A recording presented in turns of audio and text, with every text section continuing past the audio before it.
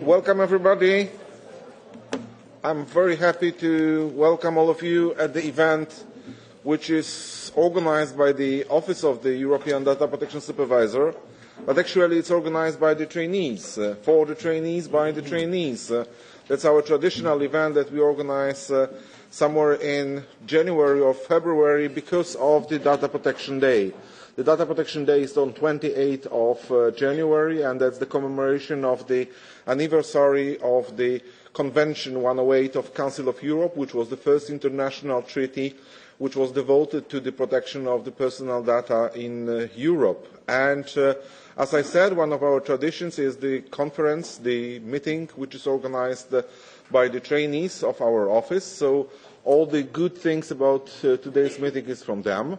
My role is just the moderator, so I will be presenting the people who are going to say a few words to us about the subject of Internet of Things, which is on the table for already some years, but it's actually also on the market. It's also in our houses. First, a few logistical informations. The meeting itself is web streamed. So by the mere fact that you are here, you consented for being web streamed. Are you aware of that? Well, at least I inform you before we start the normal meeting. But seriously speaking, there is a possibility to join also the Twitter page on that and the other social medias which we are present in. And first of all, to prepare ourselves for the discussion, which will be in the last part of this meeting. Let me then introduce my boss, Giovanni Buttarelli.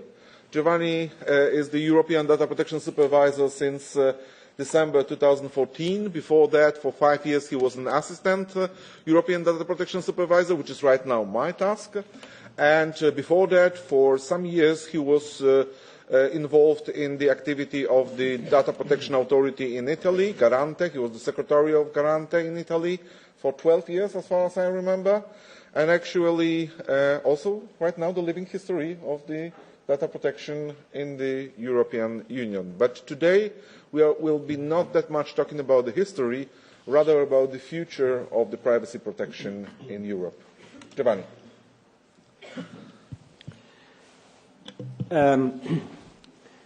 Good morning, everybody, and first of all, thank you very much to our trainees to continue working on this excellent idea to organize every year an event like this. In this building, we used to meet every day, every week, politicians, rapporteurs, shadow rapporteurs, governments, the European Commission, Council representatives from national parliament, experts, and of course we have interesting exchanges of views. But believe me, one of the most interesting experience for us is exactly to discuss with you every year new items. And this is the moment where challenging questions are submitted. So it is not a blah, blah, blah event, but it's largely a moment to collect interesting ideas. And this is why normally we use Wojciech and I to be around. We represent one independent European Union institution. We are not competent for what happens at national level by single controllers of data, how they process specifically certain information coming from the Internet of Things, but we see the big picture.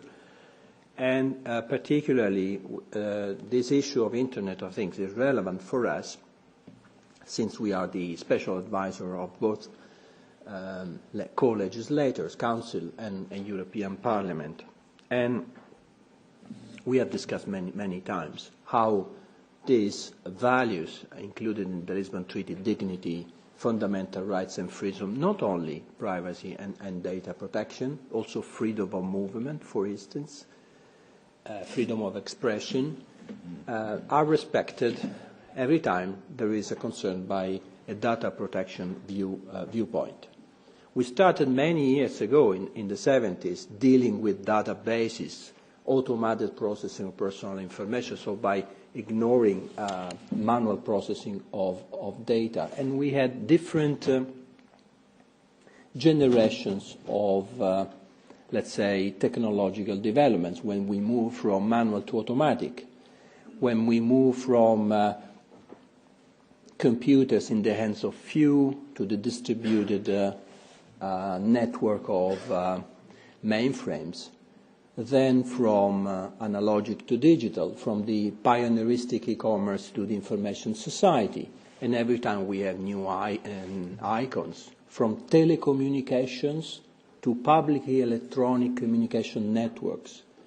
And now it's more than 5 years that we start speaking about what is e-something, or what is digital. What do an umbrella? It's too early. Or what will be big data.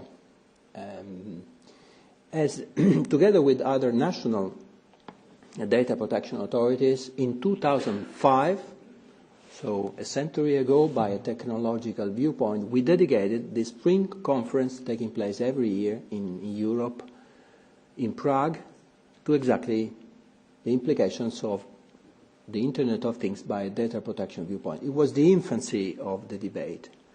And I entered yesterday into the web page of the Czech Republic DPA with a link to the spring conference, and I noted that the principles, I was asked to be a sort of a rapporteur, provocateur for a specific session, that the principles we highlighted there are still valid, notwithstanding the development of new technologies. So I'm sure you will easily understand why we're still interested, notwithstanding the delays in the development of the Internet of Things in the world, why we are interested to deal with smart devices, smart because they make our life easier, smart because they are connected to Internet, smart because it's easier for others to go for a hidden and unfair processing of personal data about you, where freely given consent is purely an icon. You had an immediate example today of what is not freely given consent. So by being here, everyone is watching you, will be watching you in the recording of this conference. Few elements by an economical viewpoint can be interesting to see why and how this market is still developing in a spectacular way, with some delays, as said, but in any event, growingly and consecutively. It is estimated that we had 1.2 mobile devices per person in 2010, and that we will have more than 50 billion connected devices in the world in 2020. Some of you may be familiar with a reliable expert on particularly security, Bruce Schreier. Bruce Schreier is a famous security technologist. He said, let me quote half a sentence, "We no longer have things with computers embedded in them. We have computers with things attached to them." So the telephone, which is now relaunching the first tweet by EDPS account on this conference, it is called mobile phone, but it's actually a computer. An ATM machine is a computer with money inside. A car will be soon a computer with 4 wheels and an engine. And as you may already know from the title of this conference, nowadays you can buy toasters, which will be soon computers that make toast, or perhaps can already be considered as computer. So let us try to imagine the connected world in which we will live in few months, in few years. I want you to imagine a world where everything has been made easier again, but also personalized for each of us, thanks to technology. And we like technology. The question is, we don't want that new technologies, just because they are available, they dictate the values of the future society we will live. And we would like to see how these values can be embedded in the design of these new technologies before it will be late to challenge the same developments. So I propose to imagine the world we will live soon, and therefore imagine a connected house where the temperature is always perfect when we get home, where the breakfast starts cooking itself when the alarm clock rings. Then we go for a morning run, and everybody outside home know exactly how we did and what we did, how many calories we burn off. And then with the smart grid the city installed and the use of big data, we will run much less into traffic because public transport will be greatly optimized. And therefore there are some advantages that the Internet of Things may offer. But I would like you also imagine, in parallel, potentially a very different world where we may fail to design the proper rules to protect ourselves. Security is not the only concern, it's not the main one. But imagine a dark future where you work and one morning you discover that all your connected locks have been hacked, and therefore as a result you cannot open any door anymore, and therefore you are forced to leave your own house using the window, which in my case would be very challenging being at the 6th floor. And then imagine that you would like to go to work with your smart car, but the manufacturer stops issuing update for your vehicle, and then perhaps there is a bug that has not been corrected, turning the air conditioner on, and perhaps outside everything is freezing. But the biggest surprise may come when you see your own face on a billboard, and then you see an AD visible by hundreds of people, displaying a picture of you having a breakfast, and then you remember the connected toaster which has been watching you the whole time. So next time perhaps you have to read better the terms of condition, and we know how many of us, how few of us do it, particularly young generation. So if we want to avoid this scenario, perhaps we have to think more and now about the promises, but also the problems of the Internet of Things. And our focus is, of course, on data protection. We see some challenges and opportunities in terms of security and protection of privacy. So if security flows are found in a device, it can be subject to unauthorized intrusions and also remote misses. So we need clarity, transparency, we need a strong security, and security is not cheap. So are we ready to pay the price for it? And what happens when a manufacturer stops updating a product that I'm still using? What about the privacy by default settings? What about consent in the next future as applied to the Internet of Things? So we may also go for other examples, for instance, connected toys. We have seen at the last CBTP conference that it is already a trend. But perhaps we can also consider not only the beauty of the connected toys, but also the risks, particularly with regard to potential hacking or an unfair collection of data.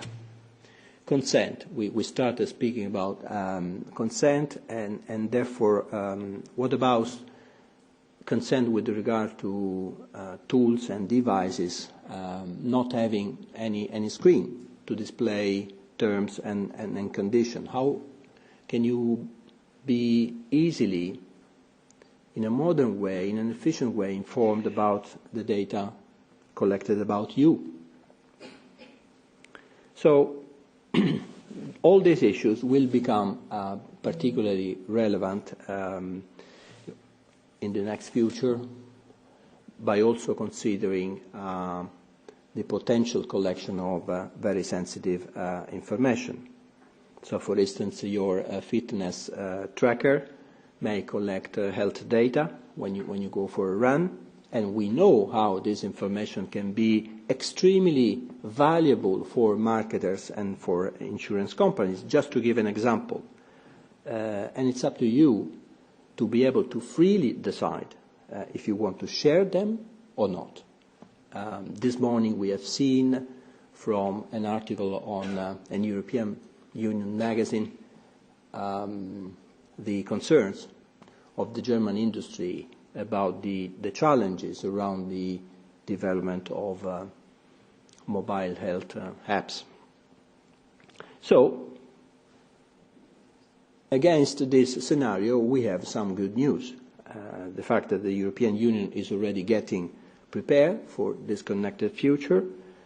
Some of you are familiar with the fact that building on a generation of experience of regulating the processing of personal data, a general data protection regulation is now in force and can be fully implemented by the 25th of May next year.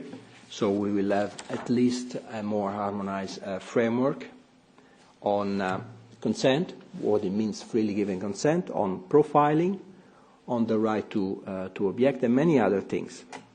One of the questions to you is, apart from awareness, is to verify with you to which extent this principle fit into the needs of the big data world. Do we need of additional rules for the Internet of Things? The GDPR doesn't speak about social networks, doesn't speak about the Internet of Things. It's technologically neutral. Should we trust on the ability of independent regulator to translate these principles into effective guidance for the Internet of Things? How to, have, controllers, developers, designers ready for such a change? Do we need of a discussion on ethical principles around what is not only technically feasible, but also morally tenable? So these are, few questions we would like to exchange with you. And I think this is now the right time to, before going for conclusive remarks by Wojciech and then debate, for a short video made by the World Economic Forum, which I guess may display nicely a few promises, but also other challenges around us. Wojciech will be the master of the ceremony, as usual. We'll try to stay with you as much as possible. But as usual, we have a feedback then moment in a later stage. We discuss internally the results, and therefore be active, participate to the debate, share your candid comments, ask for 1 million euros questions, and contribute to the successful organization of this event. Thank you once again to the trainees.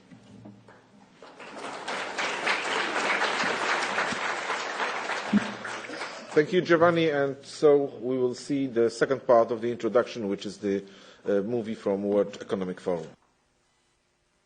What do an umbrella, a shark, a houseplant, the brake pads in a mining truck, and a smoke detector have in common? They can all be connected online, and in fact they are. By 2022, it is expected that more than 1 trillion sensors will be connected to the internet. If all things are connected, it will shift the way we do business and use resources, and will eventually yield massive amounts of data. But who owns this data and how safely will it be kept? By 2020, around 22% of the world's cars will be connected to the internet. That's 290 million vehicles. And by 2024, more than 50% of home internet traffic will be used by appliances and devices, rather than just for communication and entertainment. In this scenario, what if your car or your home got hacked? The Internet of Things raises huge questions on privacy and security that have to be addressed by governments, corporations and consumers. But if we get things right, it will also bring unprecedented efficiency to processes that will no longer be offline. Imagine cows in a farm being monitored to obtain health reports that will help farmers feed them better, or tracking the behavior of complex industrial machinery, preventing accidents and shortening downtime for maintenance. All kinds of devices will be able to gather and share any type of information from their environment, seamlessly organizing themselves to make our lives smarter and safer. A world where all things are connected is going to bring endless opportunities for most human activities. But it will depend on us whether we are going to take advantage of it or let it take advantage of us. Will data be collected, shared and stored to improve our lives, or will it be used to control us?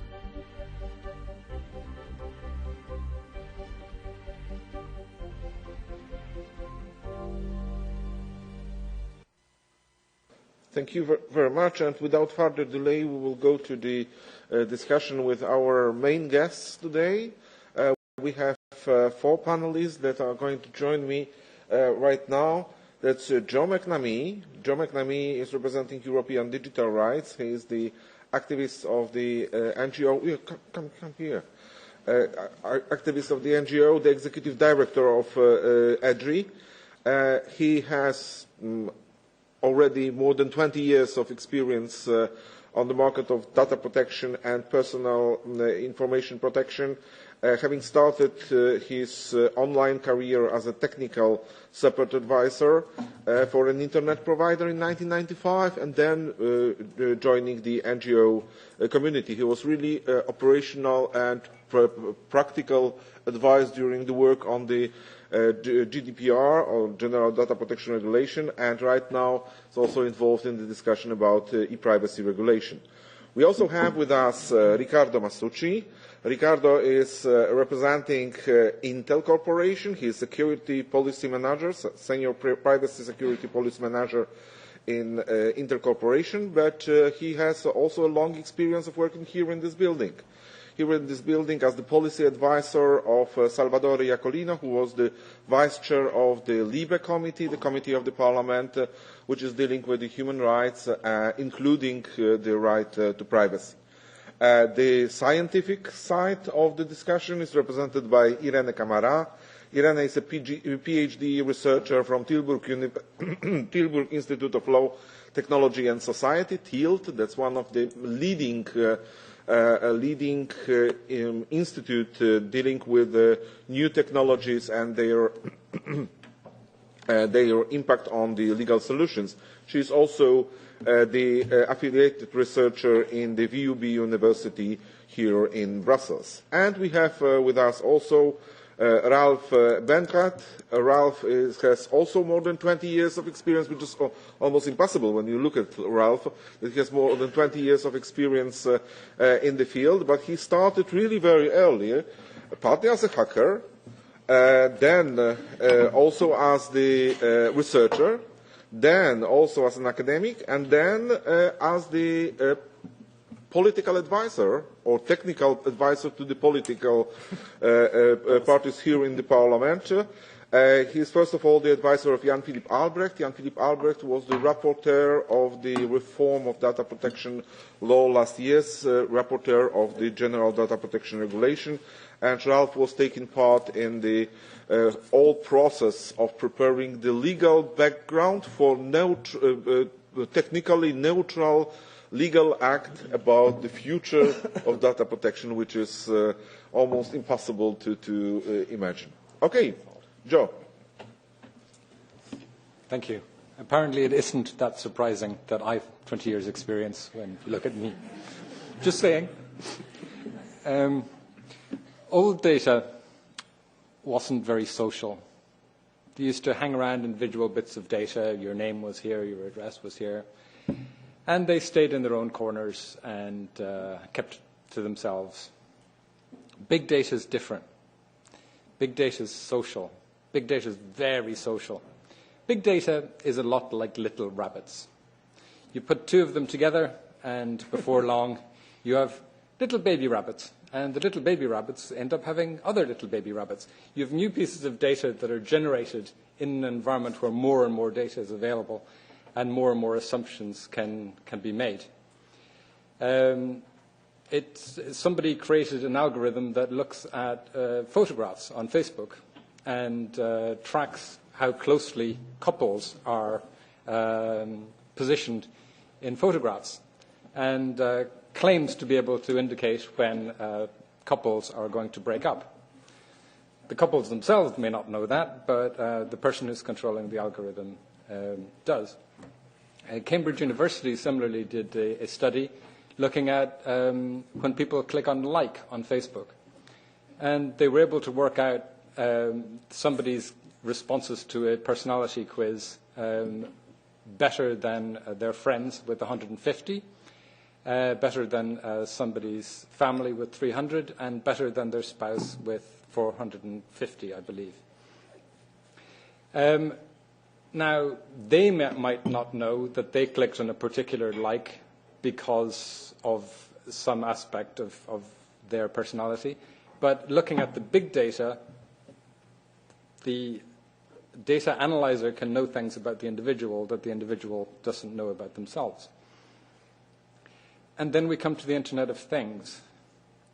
And the Internet of Things brings in a vast amount of more data and a vast amount of more intimate data. So it's not really a question of is your toaster spying on you, but is your toaster's data having sex with your fridge's data? And what do the children look like?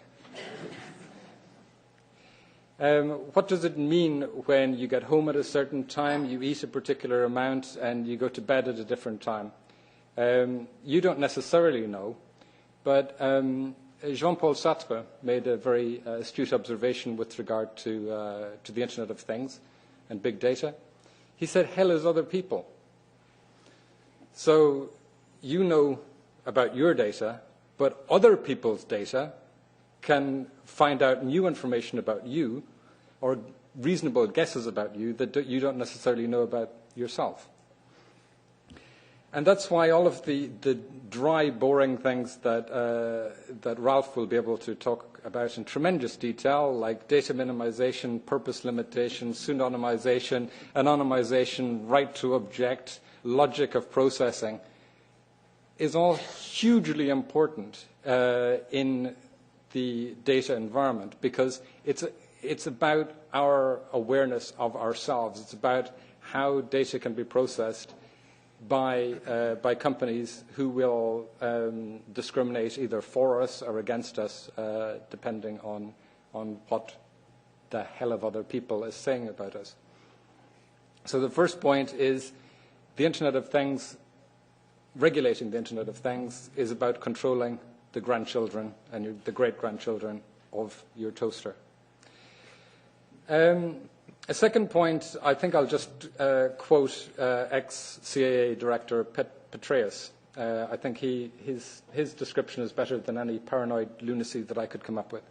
He said, in relation to Internet of Things, items of interest will be located, identified, monitored, and remotely controlled through technologies such as radio frequency identification, sensor networks, tiny embedded servers, and energy harvesters, all connected to the next generation Internet using abundant, low-cost, and high-power computing. The latter now is going to be cloud computing, in many areas greater and greater supercomputing, and ultimately heading towards quantum computing. Isn't it great, everything that the CIA will be able to know about what our toaster thinks about what our fridge said? So the second core point is the power of the state in a world where this vast amount of data is stored and generated. The third point is, what the hell are we doing sometimes? There's a company called Tracking Point in Texas that did something amazing. They created an Internet of Things rifle. It turns out it had some security flaws. There's also a malware called Mirage that scours the web for Internet of Things devices, protected by little more than factory default usernames and passwords, and then uses those devices to hurl traffic at online targets in order to push them offline.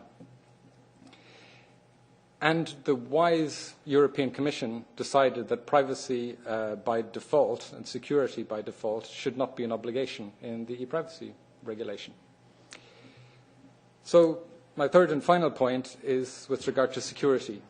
Maybe your toaster isn't spying on you because maybe your toaster is too busy attacking the nuclear power station down the road. And maybe we should worry about that too. Thank you very much. So now a little bit of point of view from the business side and from the side of those people who are introducing some of the solutions connected with IoT.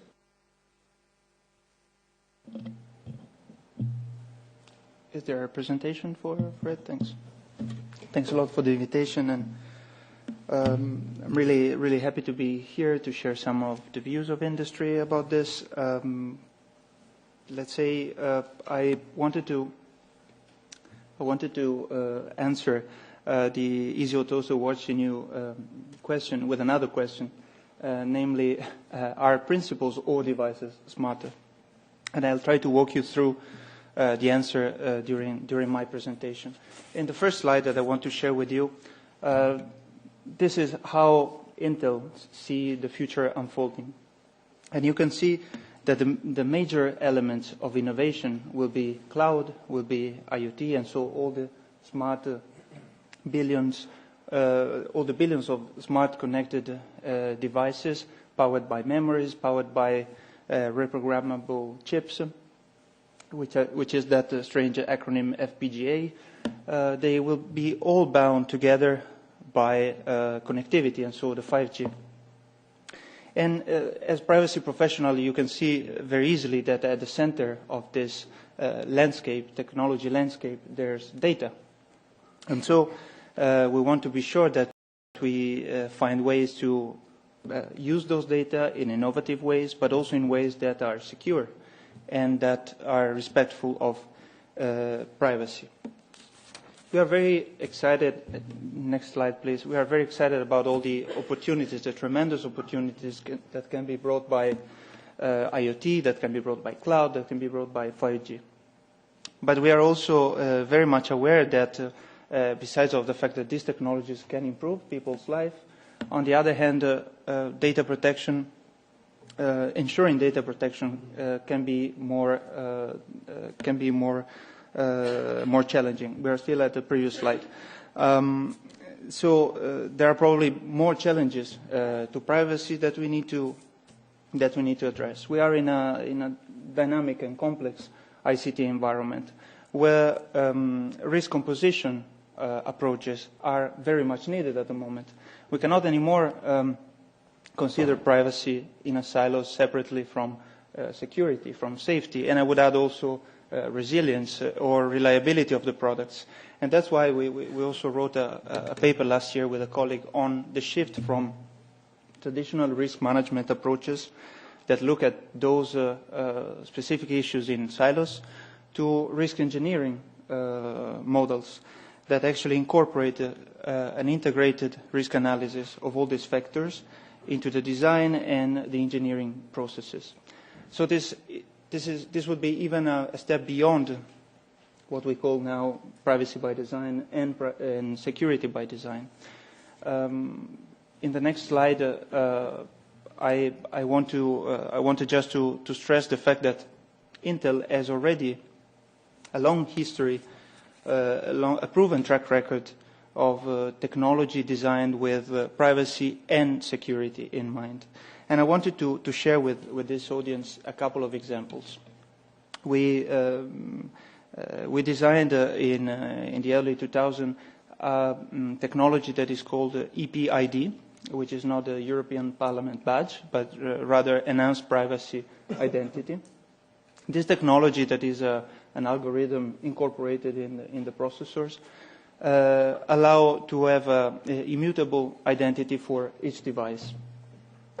But the authentication that is done in an IoT environment, the secure identification that is done in an IoT environment, allows also a certain a degree of anonymity for users. So there's no need for the devices that are connected to know personal data or data that are attached to these devices. The only important thing to do is to ensure security, and so to ensure that the two devices, through cryptographic tools, they can just be sure that the other device is a trusted device. Beyond this anonymity, there's also a certain degree of flexibility. And so if there's a mutual agreement between the devices, then more data can be shared. I give you two examples coming from the IoT space. So two specific use cases we are looking at. One is connected car. Imagine the car owner that is driving his connected car and wants to always share in real time the data of his car, the performance of his car, with a trusted mechanic. And so these data are sent regularly to this mechanic to have a predictive maintenance. So the mechanic knows the identity of the user, the mechanic knows also the repair history of the vehicle, and so can have a better predictive maintenance. On the other hand, the same driver doesn't want to share this personal data with city authorities in a smart city. So they will, through this EPID technology, we managed to share just a limited anonymized amount of data of the car that will be helpful for city authorities to manage traffic flows. Another good example comes from wearables, wearables that are used for tracking body activity. Imagine that a person is affected by a disease and wants to share continuously with her trusted doctor all this medical data. The doctor knows the identity. The doctor, the machine that is used for personalized medicine knows the medical record of the patient, knows which are the behaviors of the patient, but also and so in this way can have a better can advise on a better treatment for the patient.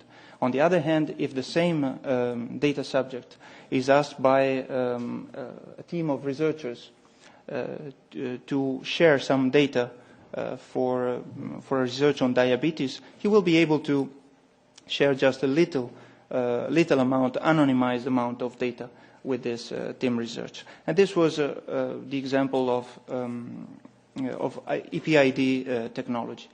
Another example, I didn't manage for some technical reasons to display how this camera works, but I brought it here for you to see. This is a real sense camera that Intel uses for a technology used on drones.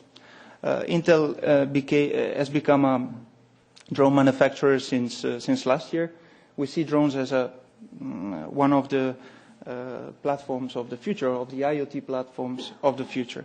And so we created this system to sense and avoid objects around the drone using this real sense camera that is embedded on some of our drones. Where's the privacy embedded in this technology? The camera doesn't need to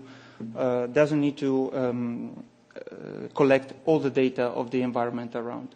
The camera just sends, so measure the depth of and the distance between the objects, doesn't need to see the details of the objects, so doesn't need to see how a building is made or the face of people that are walking nearby. It just collects data and transforms the imagery into data that are relevant for safety, discarding all the other data that are not relevant. The image, if we could see the image from this camera, the image is blurred, and so you see that there's a data minimization, and there's a very specific purpose for the collection of data. So again, purpose specification, data minimization, storage limitation. The drone doesn't need to store this data. The data are collected and processed live at the moment and immediately discarded. So in my very last slide, I want just to talk about what is our commitment to privacy. Rethink Privacy is an initiative started in 2013 at Intel. My colleagues wrote several papers around this. Rethink Privacy is just a call to action for industry, to regulators, to find appropriate solutions to privacy just using the fair information privacy principles. The fair information privacy principles have been around for decades now. They inspired the OECD guidelines. They inspired the Convention 108. They inspired the Directive 95. You can find them all in Article 5 of the GDPR. Actually, those are the principles, the enduring principles that have guided data protection in the past 40 years. And we still believe that this common language can really help us finding the right solutions. So we probably need to focus more on those principles rather than to focus on technologies. We do not see privacy privacy as a factor that impinges innovation. Actually, we think that if consumers and users trust the way companies are using their data, if they feel comfortable in using those devices that are produced by companies, well, privacy becomes a business enabler. Privacy becomes an innovation enabler, and this allows us to continue to innovate. So what we think is that innovation and privacy have to be pursued in parallel. So we need really to rethink privacy together, and we believe that, to come back to my original question, privacy principles are really smarter than devices, and they can really help us finding the right way, the appropriate way to address the current and future privacy challenges. Thanks a lot. Thank you, Ricardo. Thank you very much. And now it's time for Iran, and I can say welcome back to the trainees event, because Iran in the past was the trainee of EDPS. Yes, thank you. Yeah, I'm very happy to be back. I have to say that 3 years ago we also had a nice event like this. If you can change the slide, please. It was a bit smaller, so I really see that we leveled up here. And we called it Petsa Kutsa Privacy Marathon, so we challenged our speakers a little bit more to conform with the Petsa Kutsa presentation. So I'm very happy this is not happening this year. And going to the topic of Internet of Things, I also included some numbers to just show the scale of Internet of Things. There was a very interesting study which showed that in 2016 there were 6.4 billion connected things, which was a 30% increase in comparison to 2015, and these numbers will keep on increasing.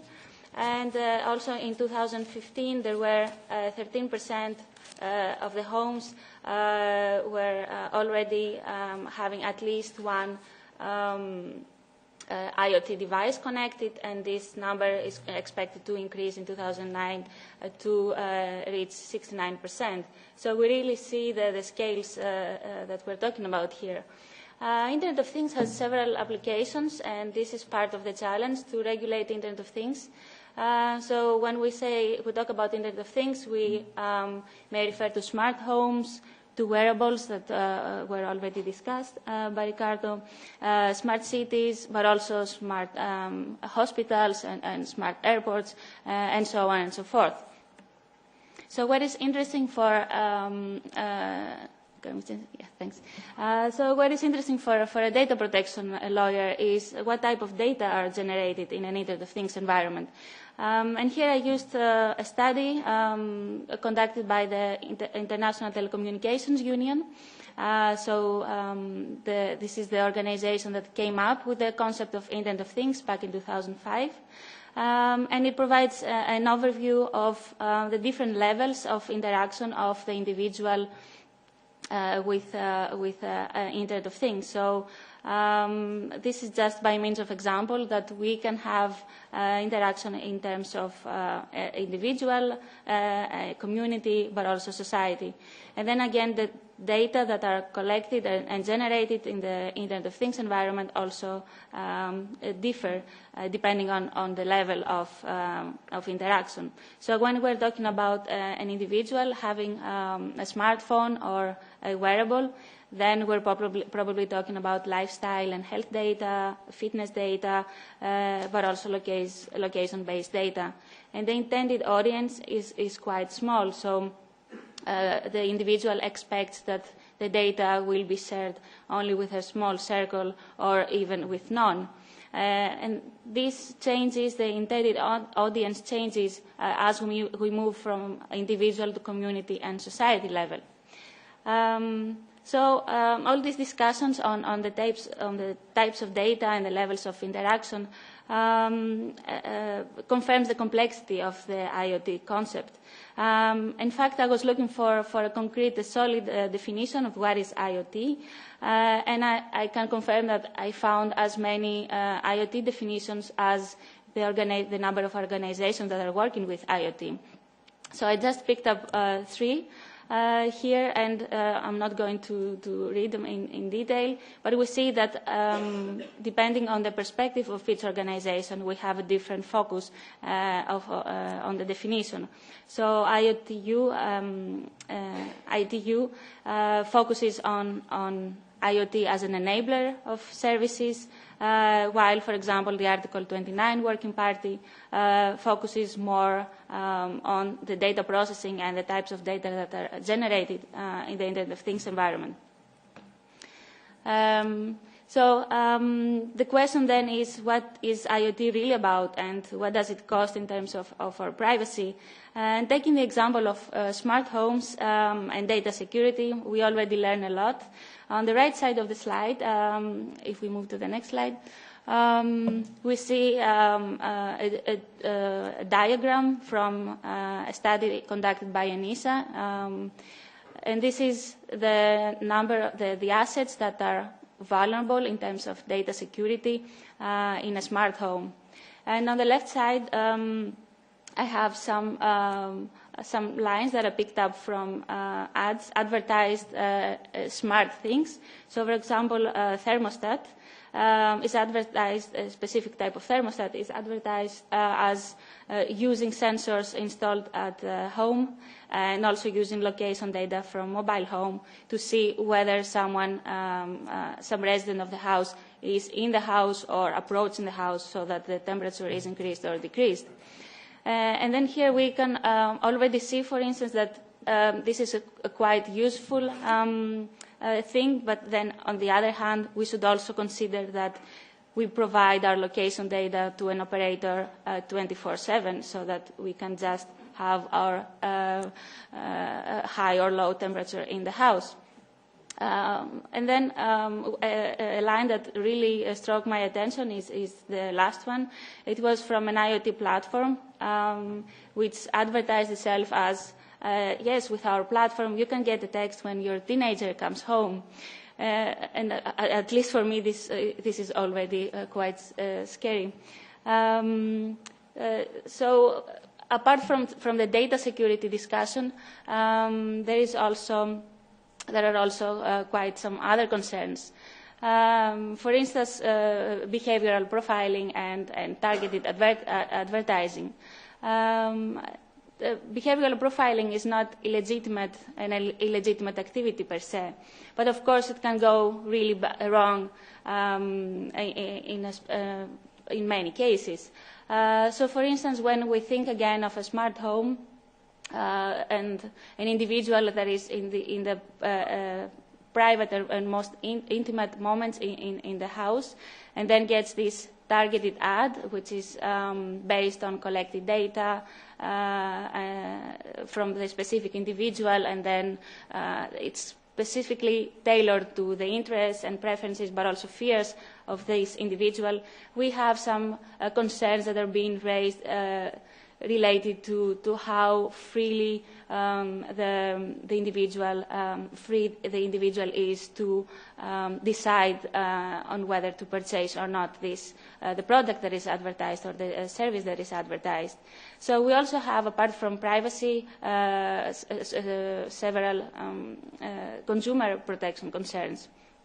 And another important issue is that we shouldn't assume that IoT users are always fully informed adults. This is quite not the case, actually, because even if when it is an adult, as we heard from the EDPS, it might not be the case that is fully informed. We rarely read ourselves the terms and conditions. But also we should keep in mind that children's privacy is also at stake here. And then another interesting example of risks and threats is the one of data retention and access, so who has access to this data.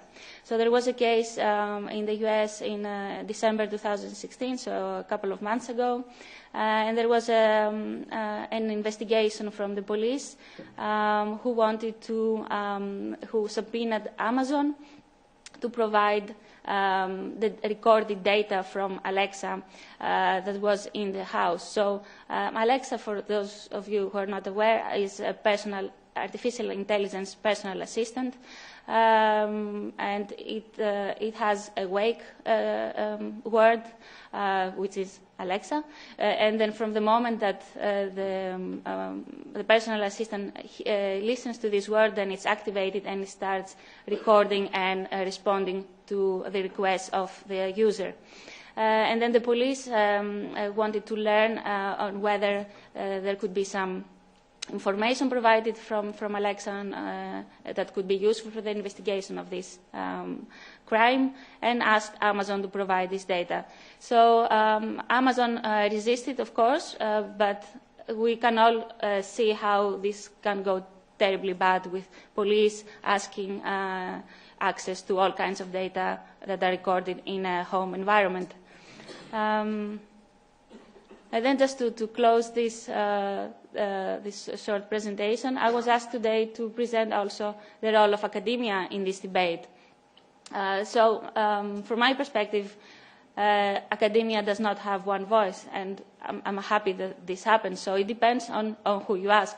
If you ask a data protection lawyer or a human rights expert or a data ethics expert, then you will probably hear what you heard from me today, risks, threats, and quite some black painted picture. But then if you ask again a computer scientist or a data scientist, then you will hear about the capabilities and the innovation that IoT offers.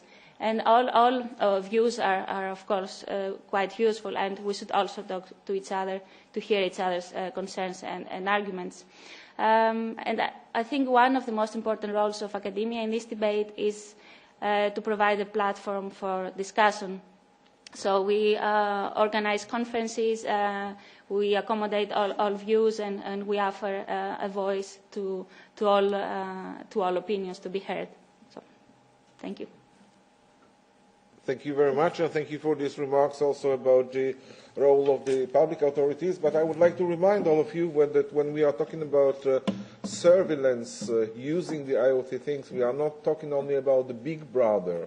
We are not even talking about the small sisters, the sisters that exist on the market, but we also think about ourselves. Well, I'm a parent, I'm a father, and there are certain moments when I would like to know a little bit more about what my daughters do. Well, a year ago, I was talking about smart diapers, smart nappies that were on the market. Well, my daughter is not using smart nappies anymore, but she started to use dolls. Also, these interesting dolls that were presented by the Norwegian authority, and the dolls that are transmitting the data to the producer, to the manufacturer, but the dolls that are also connected through Bluetooth with another devices. And it has been shown at CPDP conference, which was presented here as well, that with this doll, you can listen to the music, which is from the mobile phone, which is around. Which also means that that you can send the information from the mobile phone to the doll to address the child who is operating that. The next step is, of course, smart TV, and my daughter watching smart TV. Okay, Ralph, your turn. Yeah, thanks. I'm actually not so fond of this word smart, because a lot of things are not exactly smart. It's maybe marketing speech. Just an example also connected to Alexa. There was an incident recently where somebody, I think on a radio show, said something, and the word Alexa was in that sentence. And as a result, 20,000 Alexa owners suddenly had ordered large amounts of diapers. Joe threatened you that I would talk about all the boring but very interesting and important stuff in the data protection regulation, which I worked on for 5 years. I won't. I think most of the things are already covered now. It is a good smart principle. I agree on that. It was quite an effort, but we did it. It will enter into force, will be applied next May. And now everybody is busy preparing for it. We will also have the ongoing or just starting review of the e-privacy regulation, now directive, which will be turned into a regulation. There are some elements that also relate to the Internet of Things, which will have interesting debate around it, I think. One example is also talking about Alexa. A principle in the data protection regulation is that you should be informed about what happens to your data when it is collected. So that normally means you get these privacy policies, you can read them. We also introduced the idea of summarizing them in small icons, which give you the main points as small graphics, which are easier to understand and grasp. How do you show the icons if Alexa talks to you? I don't know. But one element in the e-privacy regulation now is that, and we already have the fundamentals for that in the general data protection regulation, that now my device actually can have specific settings, and then when it talks to other devices, it can, on my behalf, say, yes, I consent to my data being collected, or I object. Some may know that from the browsers already. There's do not track in certain browsers. But now the e-privacy regulation, and that's a very big, important step, I think, for the first time introduces an obligation on software manufacturers, not just on companies who process data, but also on the people who manufacture the devices and the software that collects our data. That's, I think, a very important step, and we will need more of that. I'll come to that in a second. One element that I found really, when preparing for this, I went through my own Twitter feed of just the last 3 weeks and found some really interesting and concerning examples. One thing that I found really disturbing, and I think we need to fix that in the e-privacy regulation as well, is that the new Chrome browser now has an API, a programmable interface that can connect to your Bluetooth. So suddenly, any website using this API, if I have Chrome 56 on my computer or on my smartphone, any website that I go can look around in my room and see what kind of Bluetooth speakers, whatever, headphones, anything I have sitting in my room. So it's really the convergence of the internet, the website stuff we know, and then our physical environment. And that's a bit concerning. At the moment also they provide that you have to click to actively let them scan your Bluetooth environment. But as we all know, Google is not the most privacy-friendly company. Let's see how the next version looks. So we need clear rules for that, I think, in the e-privacy regulation, which already has a paragraph on allowing shopping malls, supermarkets, and so on to track your device electronic emissions to see how people are walking around in shopping malls and so on. Also a bit concerning, but this is all converging, and we really need to fix it. But I think that's the main things I want to say about privacy. Maybe one more. You referred to the Amazon Alexa example where they wanted to use the data in a murder case. It even gets worse. I recently read a story that the police used pacemaker data, to charge a homeowner with arson and insurance fraud. Apparently he set his house on fire or something like that, and then with the data stored in his pacemaker, which they could read out through Bluetooth, they could prove that the story was not the way he told them. That's really concerning. And there, of course, if it's about implants, parts of your body, there's really a question, shouldn't then the rights I have as a human in such criminal cases, for example, shouldn't they also be expanded to the devices that are now part of my body, like the right to remain silent? But I think most of the privacy issues, as I said, are already fixed in the data protection regulation, and if you want to need more, you can talk to Joe. What I found more worrying and more also exciting and more pressing now is to finally address the security issues. And I think the main question we should always ask, especially in the context of the Internet of Things, is what could possibly go wrong? What could your toaster possibly tell the police about you or whatever? And the main change is, you already had that in one of the slides, in the IEEE definition of the Internet of Things, which I found the most precise, where it says it's also the devices that are now connected have sensors. They can collect data and transfer it somewhere, but they also have actuators. They can also have physical effects.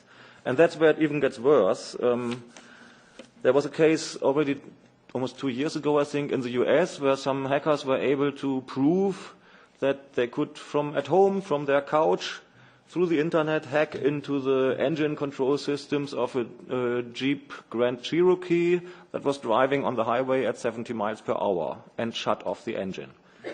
And that's something that is really worrying. And that's also where I start to ask myself, why on earth would you want to connect the engine control systems of a car with the internet? I think it came through the board entertainment system where the iPhone was connected then and but that needs to be fixed for sure. And at the moment we are not there yet. The whole discussion on physical effects of internet hacking started with Stuxnet. Some of you who are old enough might remember. When apparently the NSA, together with the Mossad, hacked into the Iranian uranium enrichment turbines for producing uranium for the nuclear power plants. And apparently they were able to manage the rotation speeds, like turn them up and down, so the turbines kind of went out of control and broke. And that apparently cost the Iranians a couple of years for their nuclear program. That was because they were able to hack into a standard industry control device, Siemens Win32 boxes, that are very common in all factories around the world, that control physical machines, factories. And one of the reasons was, I have a friend who used to work at Siemens and was in charge of the security of these devices, and he discovered when he started his job, they all have the same default password. And when you put them into your new factory and you boot up the factory for the first time, you are not even forced to enter a new password. They all keep the same default factory preset password. And he was like, immediately when he discovered that, no fucking way, this has to change, you know. And then the hierarchy up, higher up in Siemens was like, no, then our clients will forget the new passwords they have set, and they will complain with us, and it's going to be a lot of work and lawsuits, what have you. Just keep it like it is. And that's when he quit his job immediately. Yeah, one more example, because Giovanni said in his introduction remarks, imagine a day when you are locked into your house because your door is somehow connected to the internet and you can't open it anymore and you have to leave through the window. It's already happened. A hotel in Austria recently went public. They had 3 times already been hacked, and their hotel, like building management electronic system, where also the room doors were connected to, was hacked. So the hotel guests couldn't get into their rooms anymore. They weren't locked into the rooms because you always can physically open the room from the inside, but from the outside you need this chip thingy or an internet connection. So they couldn't get into their rooms anymore. 180 guests were locked out, so they had to pay them a couple of €1,000 in bitcoins to get control back to over their doors. And now this hotel is going back to old school mechanical keys. Sometimes it's better if things are not connected to the internet. One last example, Achim, that's thanks to Achim because he tweeted it this morning, I think, or yesterday evening. This book here, the printout is a bit bad, Blackout by Mark Ellsberg, is just yesterday been released in English. It's very well worth a read. It's about taking down whole electricity grids all across Europe because smart meters are suddenly installed in our homes and they have the same password. So this is really stuff that is a big problem, and at the moment we don't have the right, now I'm talking like as somebody who works here in the parliament, we don't have the right rules and laws in place, I think. So far there's no product liability for software. You know, when you buy software, you always click on this, I agree to the terms and conditions, and one part of that nobody ever reads is we don't take any liability if anything goes wrong with our software. You just get it as is. That needs to be fixed, for sure. I think physical devices that can potentially kill you, like a car or anything like that in that size, should never be connected to the internet. And other devices like toasters, fridges, what have you, should maybe have a mandatory mode that they always also work offline. And you can manually switch on the offline mode or switch off the IoT mode, so to speak.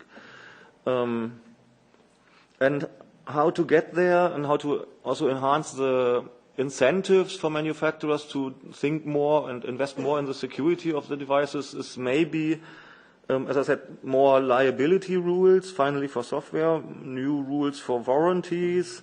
For cars, probably we need to adjust our rules for type approval and certain things. But there's a lot of work to do in this field, I think. So privacy is more or less done. We're working on the small part of e-privacy now, but the big thing is done. Security is a huge construction ground. And the last, just a few words, the last aspect I find interesting is the economic aspect of the IoT. One example is data ownership. Who owns all the data that's generated now by our connected cars or fridges or whatever? If it's personal data, we have a fundamental right that can't be traded away or sold. So that's clear. My data is mine, but not in a property sense, but in a fundamental rights sense.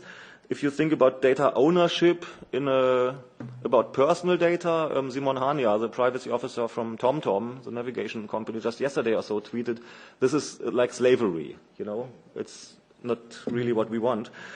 And that personal data, as I said, is more or less done now with our reform. But what about the non-personal data? If you anonymize all the data from the connected car, and the car companies want to have it, who owns it? The CEO of Volkswagen recently said somewhere at a conference, we want to make sure it's our data and not Google's. And when I saw that, I tweeted immediately, hey, maybe the data belongs to the car owner, first of all. But that's an interesting question, because under intellectual property right, there's no right to actually have a property over data that doesn't have a human author, that's just generated by machines. So maybe we also might think about having that data open and available for everybody. Maybe that's a better idea even. So I think this discussion is kind of like, in a Marxian sense, the original appropriation now. Then one more economic, two sentences. One more economic aspect is what do we do with all the automation that also comes with the Internet of Things and robots and so on. I think, for example, what Trump is doing now with keeping the car factories in the US and not moving them to to Mexico. Maybe Moscow is next. It might be nice for the American workers, but it's only buying time. In 10 years or maximum 20 years, all these factories won't have workers anymore because it's all done by robots. So we have to think about how to redistribute the wealth that is generated by robots and maybe also distribute the free time that maybe we get from that, the automation dividend, so to speak. And then, of course, it all affects in the working context, workplace context. These devices that also can be used to track people will have a huge effect on labor relations. That's also clear. So that's all exciting discussions in front of us, and data protection is maybe, in this case, not even the most exciting ones. Thank you, Ralph. I think you also shown very well that this is not only technical discussion and not only discussion for those who are dealing with fundamental rights, especially the right to privacy, but actually in most of the things that you are dealing with in any kind of EU institution, you will meet the things connected with the Internet of Things. So let's open the discussion. Let's open the question time. I will accept all the questions from the audience. We have the first question. Let's collect 3 questions and then start again. So please, lady in the middle. Yeah. Right. Maybe a bit off topic, but what I've noticed recently, I'm a Facebook user, Twitter user, social media user, and I've noticed that my likes, what I post, what I talk about in private conversations is very much used, and it's used for the targeted ads. So, for example, me and my friends, we exchange videos of puppies, and now all I get on Facebook are just suggestions on BuzzFeed or wherever for videos of puppies. Or, for example, I'm tinnitus sufferer, and all I get now when I talk to my friends about it, all I get now are these fake cures of tinnitus on Facebook.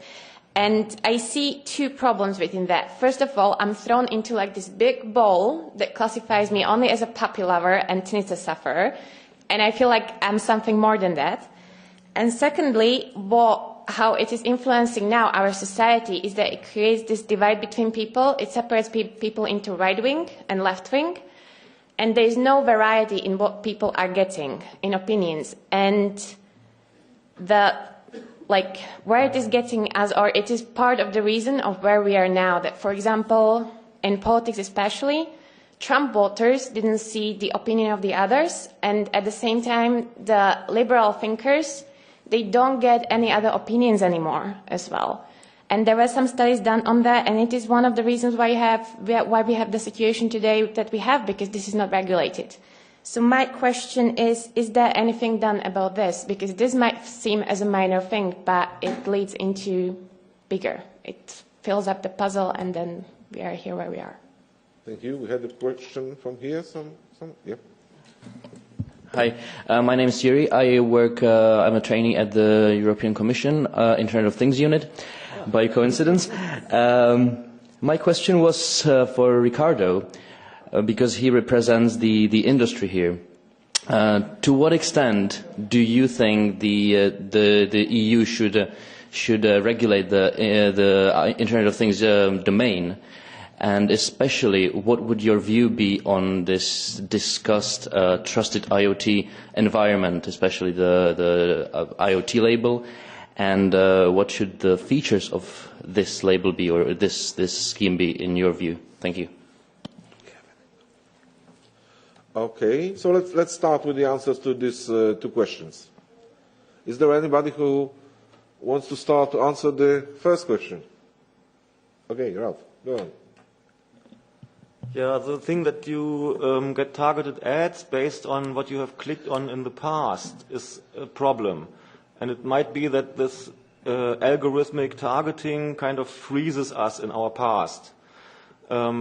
It's difficult to regulate about that. In the end, it's up to companies which ads they want to show to you.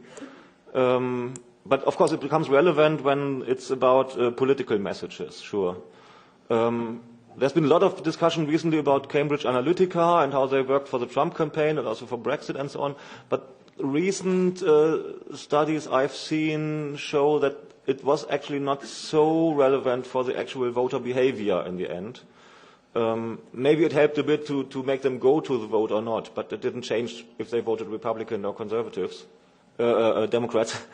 But still, these filter bubbles that people don't speak to each other anymore if they are from different parts of the political spectrum, that might be a problem, yes. There's discussions now in Germany and also here in Brussels on how to deal with fake news also and stuff like that. But it's all difficult. The EU has very limited competence also to regulate media. That's still, to the large part, left to the member states. And there's a very, very difficult line between regulating this and kind of censorship and state control of free speech, so to speak. It's really difficult. We are not at a final solution yet. Somebody else? Yeah? Okay. Yeah, and I agree it's very difficult to regulate it, but at a personal level, an advice could be, please don't use social media as your only source of information. There are websites that you can visit and are more trustworthy. And for the tracking issue, there are some tools online that you can download on your browser and block ads, or at least, yeah, they promise to block ads and to implement some kind of do not track measures. So I think each individual can only do as much as that. This is still something. If I can add something as well, the problem of going from profiling the big groups, which used to be the problem some years ago, to the micro-targeting that we have at the moment, where each of us is this point that the information is directed to, creates another problem between the privacy protection on one side and the freedom of information or freedom of speech on the other side. Because there are the news agencies or the web pages with information that wants to micro-target the reader as well, and to present the information and the news the way that is most prepared for the user himself or herself. And they say that any kind of any kind of intrusion from the legislator in the way they present the news is actually the abuse of the freedom of speech and the freedom of information. Of course, this is not the new idea. This is not the new complaint. But we have to take it into consideration that it's not as easy that we have the social media on one side and the web pages with information on the other side, because the web pages with information starts to be more and more similar to what we try to call the social media. Joe. Just quickly, speaking of the legislator, the alternative is the way what you describe is us being pushed into particular categories and into particular bubbles that allow us to be targeted more easily. When challenged with the issue of fake news, the German government in particular, and also on the EU level, the answer is social media companies can solve the problem. When it comes to hate speech and incitement to violence, the answer is that the internet companies can solve the problem. When it comes to unauthorized uploads to YouTube, the internet companies can solve the problem. So to misquote Homer Simpson, Internet companies are the source of and the solution to all of the world's problems.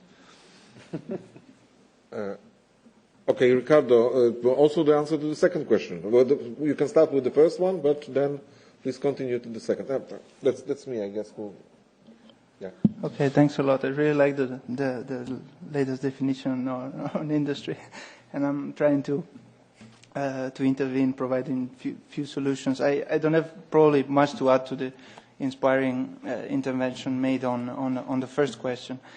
I can just say that this ethical dimension of technology will become increasingly an important aspect, that we as technology manufacturers we cannot be agnostic anymore. We really need to address, especially if we are looking at developments in the AI space, in the deep learning, and so on. Going to the second question, which is really interesting to me because I work directly on the topic of the IoT trusted label. Let me say that we do acknowledge the need and the importance of better information to consumers regarding security, and on the other hand, we truly understand that all companies, and not just big companies, need to care about security and need to implement organizational and technical measures to ensure the highest level of security. So this is my starting point. But then on the proposal that is floating around at the moment on the EU Trusted Label, I have a few points. The first one is that a label risks to be a non-flexible solution.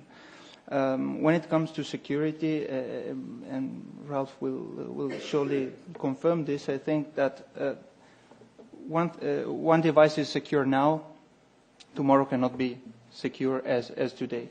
There was a lot of work done in the past, and the Commission is looking a lot at the energy label to do something similar for security.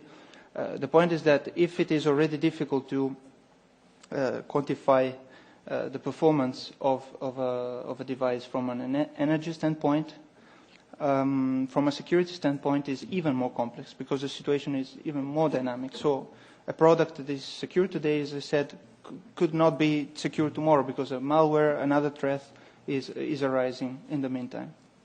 So we need flexibility to be able to adapt to the pace of technology and to the use case developments.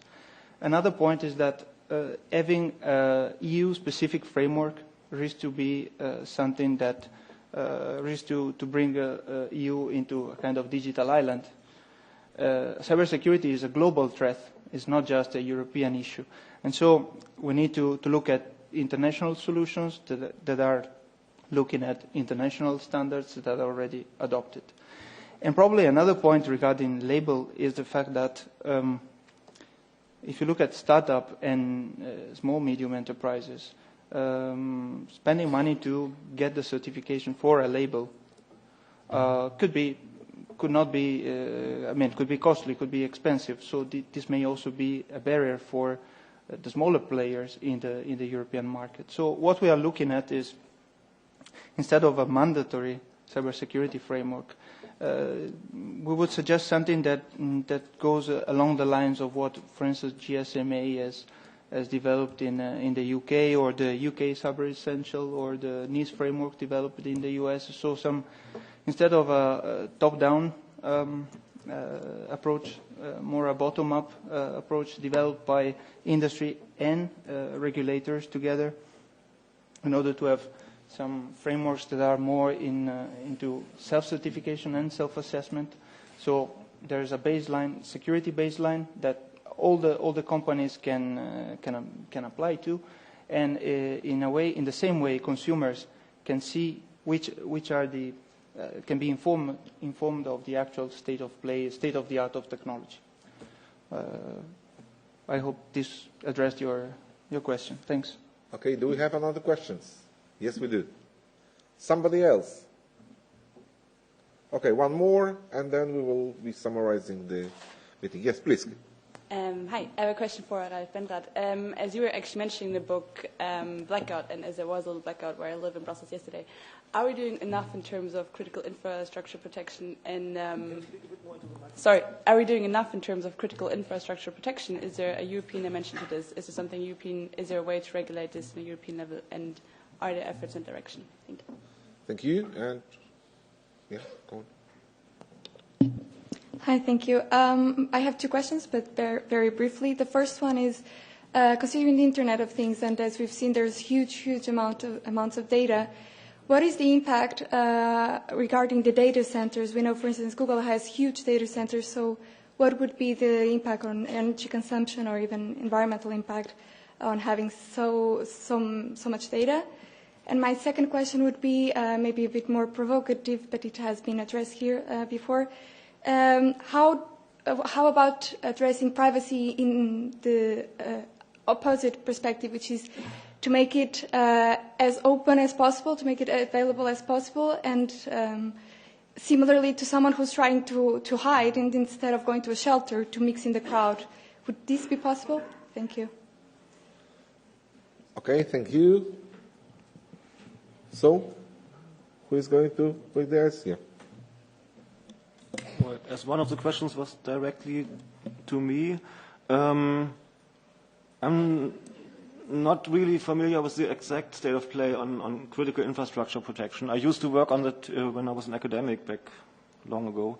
I know that on the European level we now have the Network and Information Security Directive, which now has to be transposed by the member states, which introduces certain obligations for critical infrastructure providers, such as electricity companies and so on, to notify security breaches to the responsible authorities and so on, and certain collaboration obligations. I'm not sure if that is enough. But, for example, this book, Blackout, when it appeared in German, it led the German government to really restructure and rethink their whole emergency plannings for such cases when the whole electricity grid fails. Maybe that's a good idea. But of course we need to make sure, because in the book it's not because somebody attacks the huge power plants or the energy distribution infrastructure. It's because some new smart meters are introduced in people's homes. And those are attacked. And it's just maybe €5 plastic devices made on China, very simple technology kind of, but no security built in, no possibility for software updates and so on, and maybe that needs to change. On the question of shouldn't it be more open instead of all private, no. If you want to tell everybody what you're eating, what you're doing, where you're going, and so on, you're free to do that. That's part of what we in German call informational self-determination. But in order to allow me to not have to do that myself if I don't want it, we need privacy rules as a baseline. And then everybody can always do with their data what they want still. Okay, the other answers and summaries. Maybe while I'm at it. Please. Yeah, then while I'm at it, just a quick response to Ricardo. I don't think self-regulation works. We have seen that in the last 20 years or so since I started looking into cybersecurity. I think we're now at a point, and especially with the IoT, and where hacking can have physical effects and physical damage and maybe even kill people. We need to have stricter rules and obligations. It hasn't worked so far with self-regulation. I'm sorry. I was not talking about self-regulation, but self-certifications when those certifications and assessment are defined jointly by industry and regulators. So you create a baseline that all the players in the market have to abide by if they want to play in that market. So it's slightly different. Then every company will be responsible of all the security measures that have to take that they have to take internally. But those baselines are common to the whole industry, and so all players, if they want to be able to do business in that market need to abide by. So it's not self-regulation that I take care of my own security on my own. It's a joint effort by the whole industry. Okay, as you can see very well, that's definitely not possible to finalize this discussion or even make the real conclusions. We are just asking the questions right now, although we are asking the questions about something which is right now on the market. So this is not philosophy, this is not science fiction, this is something which is going on, and is going on day after day. And more devices that we are dealing with are connected to Internet. And I guess what is very important and what has been said very well by Joe at the beginning, this is not only the problem of these devices, this is not only the problem of the manufacturers and those who are providing the software for the devices, this is also the problem of children and grandchildren of these data that were collected this way. So information systems which are transforming the data got from the Internet of Things into the world which is not necessarily connected with the Internet of Things anymore, but where the data is still alive. I hope it gave you the food for thought for also your professional work, wherever you are. No matter if you are dealing with transportation system, or you are dealing with chemistry, or you are dealing with food, the Internet of Things is all there. And right now I'm writing the article about Internet of Things in maritime transport. And that's and the privacy issues connected with it. Yeah? So there are really very far-reaching effects of that. Let me summarize the conference also with the thanks to the real organizers. And the real organizers, as I said, are the trainees of the European Data Protection Supervisor, Antoine, Daniele, Veronica, Magda, Stefano, and Grégoire. Thank you very much for preparing that. Thank you for all the speakers and for all the participants. We are a little bit late with the time schedule, but I would like to thank you that you all stayed here till the end of the meeting. Thank you.